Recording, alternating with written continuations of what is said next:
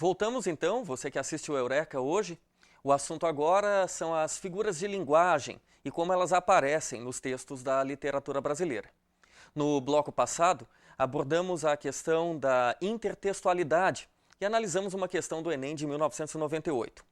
O tema agora é ironia e sempre com o dicionário nas mãos, vejamos o que diz. O Aurélio coloca da seguinte maneira: ironia, modo de exprimir-se que consiste em dizer o contrário daquilo que se está pensando ou sentindo. Um outro conceito, ainda parece muito simples: sarcasmo, zombaria. Eu acho que é esse o conceito que apareceu na questão do Enem do ano de 2000. Vamos ver a questão? As histórias em quadrinhos, por vezes, utilizam animais como personagens e a eles atribuem comportamento humano. O gato Garfield é um exemplo desse fato. Então, nessa tirinha você vê logo no primeiro quadro uma conversa entre John e o gato Garfield. John afirma: "Estou inspirado hoje." Garfield descansando de suas cansativas atividades cotidianas. No segundo quadrinho, John, ainda inspirado e emocionado, visivelmente feliz, afirma: "Vou pintar uma pintura." Eu sei que parece estranho pintar uma pintura, mas é como está na tirinha. E no terceiro quadro, o John pergunta para o Garfield: "Por onde começo?" Garfield, sempre descansando, sem se mexer, responde mentalmente: "Corte uma orelha." Em seguida, você vê uma reprodução de um quadro do artista Van Gogh. Não é preciso conhecer o quadro a priori. O próprio Enem coloca como nota a referência adequada. Trata-se de um autorretrato de orelha cortada. E aí seguem as perguntas. O terceiro quadrinho sugere que Garfield: A. Desconhece tudo sobre arte, por isso faz a sugestão. B. Acredita que todo pintor deve fazer algo diferente. C. Defende que para ser pintor a pessoa tem de sofrer. D. Conhece a história de um pintor famoso e faz uso da ironia. E. Acredita que seu dono tenha tendência artística e, por isso, faz a sugestão. Então, como vimos, a questão do Enem pede que analisemos o terceiro quadrinho, aquele que apresenta a resposta de Garfield para os anseios artísticos do seu amigo John. Vamos dar uma olhada. Repare que a resposta de Garfield, corte uma orelha, para a pergunta de John, por onde começo, pode parecer para o estudante despreparado uma resposta absurda e desprovida de relação cômica. Mas a vantagem de um teste como o do Enem é que ele não prioriza o que a gente chama de decoreba. O Enem busca privilegiar aqueles alunos que têm o costume da leitura e da interpretação de texto. Assim, o próprio exercício oferece a reprodução do quadro de Van Gogh e explica que Van Gogh foi um pintor holandês, nascido em 1853. Portanto, a relação da orelha cortada com a pintura fica evidente na resposta do Garfield. Resta analisar as alternativas. Vejamos. Alternativa A. Garfield desconhece tudo sobre arte, por isso faz a sugestão? Ora, se ele desconhecesse tudo sobre arte, ele não faria essa sugestão, a sugestão ia cair no vazio e não ia ter efeito cômico a tirinha. Alternativa B. Garfield acredita que todo pintor deve fazer algo diferente. Ora, se ele acreditasse que o pintor deveria fazer algo diferente, ele não ia sugerir que John fizesse exatamente a mesma coisa que Van Gogh fez mais de um século antes. A alternativa C diz o seguinte: Garfield defende que para ser pintor a pessoa tem de sofrer. Eu acho que não é possível afirmar que ele defende essa teoria. Ele nada mais fez do que dar uma resposta em tom irônico, que é o que aparece aqui na alternativa D, reparem. Garfield conhece a história de um pintor famoso e faz uso da ironia. Ou seja, enquanto John perguntava por onde eu começo, querendo se referir o que é que eu vou pintar, Garfield responde: comece cortando uma orelha, ou seja, fazendo referência ao famoso pintor Van Gogh. E a alternativa E ainda diz: acredita que seu dono tenha tendência artística e por isso faz a sugestão. Repare então que a questão não apresenta grande dificuldade, mas privilegia, como eu disse, aquele aluno que tem o costume de ler e interpretar textos com calma. Uma coisa muito comum no Enem é a reprodução de obras de pintura ou de tirinhas humorísticas. E, nesse sentido, a gente analisa mais uma questão que trata de outra figura de linguagem. Vejamos mais uma questão, dessa vez a de número 7 do Enem aplicado no ano de 2001.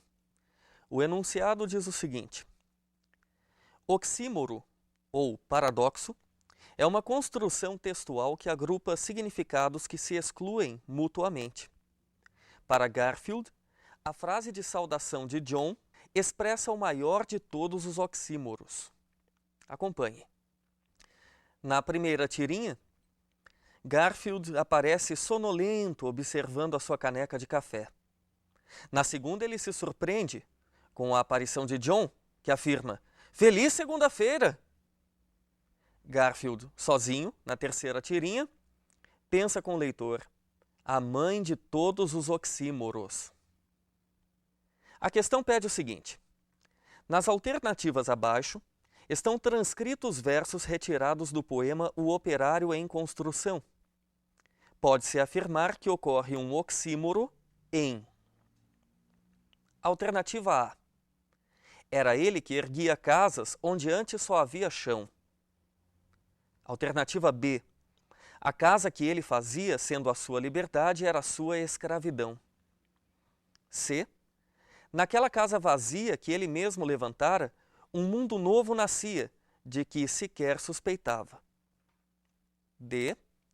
O operário faz a coisa e a coisa faz o operário. E a alternativa E. Ele, um humilde operário, um operário que sabia exercer a profissão. Repare você em casa que o próprio enunciado da questão propõe o conceito de oxímoro, ou paradoxo, se prefere. E diz o seguinte: é uma construção textual que agrupa significados que se excluem mutuamente. Resta verificar em qual das alternativas isso acontece. A alternativa A diz o seguinte: era ele que erguia casas onde antes só havia chão. Não há oposição nessa frase. Ele erguia casas onde antes havia chão. Não há o paradoxo. Mas na alternativa B, sim, repare. A casa que ele fazia, sendo a sua liberdade, era a sua escravidão. Ou seja, dentro do contexto da poesia, Vinícius de Moraes sugere que a casa que o operário construía era, ao mesmo tempo, a liberdade e a escravidão desse operário. Aí sim, um claro caso de paradoxo. Na alternativa C, ele diz: naquela casa vazia, que ele mesmo levantara, um mundo novo nascia, de que sequer suspeitava. Tampouco há relação de oposição, como também não acontece nas demais alternativas. O paradoxo é um conceito bastante simples, mas há que se ter algum cuidado para não confundir com a antítese, que vai ser motivo de uma outra aula. Para terminar hoje, a gente vai apreciar um trecho do poema O Operário em Construção, de Vinícius de Moraes. A gente se vê na próxima. Valeu! Era ele que erguia casas, onde antes só havia chão. Como um pássaro sem asas, ele subia com as casas que lhe brotavam da mão. Mas tudo desconhecia de sua grande missão. Não sabia, por exemplo, que a casa de um homem é um templo sem religião. Como tampouco sabia que a casa que ele fazia, sendo a sua liberdade, era a sua escravidão.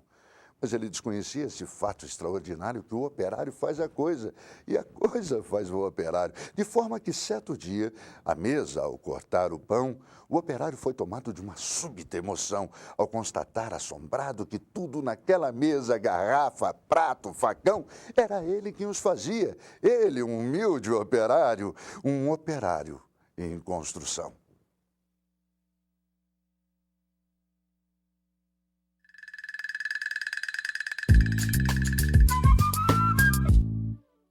Obrigado, Marcelo, músico, professor de literatura. Obrigado pela palavra e pela inspiração.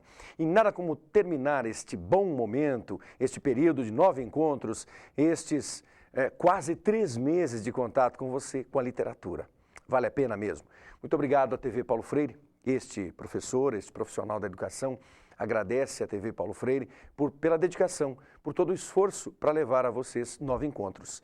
9 encontros que têm o seu desfecho a partir da semana que vem. Já com uma outra linha de pensamento, uma linha de pensamento mais voltada ao encontro ao vivo, à resolução de questões. Exatamente aonde? Nos aulões. 2 aulões. A partir da próxima semana, eis aqui o encontro, o aulão especial do Projeto Eureka. Este aulão acontece pela Paraná Educativa, pela TV Pública do Estado do Paraná, no dia 19, então, no próximo sábado, das 3 às 5 da tarde, das 15 às 17. No dia 19, falaremos exclusivamente sobre exatas e biológicas. Então, os professores de Física e Matemática, Química e Biologia desfilarão seus conhecimentos resolvendo questões ao vivo. Já no dia 26, no último sábado, que é véspera da prova, é a hora de encontrar necessariamente a área de humanas, com a língua portuguesa, a literatura, a redação, as artes e, é claro, a história e geografia. Bom trabalho para você, excelente prova. E tenha certeza absoluta, valeu a pena esta companhia, este esforço para que você realize um belo exame em nome da boa educação brasileira. Vale a pena mesmo. Até a próxima.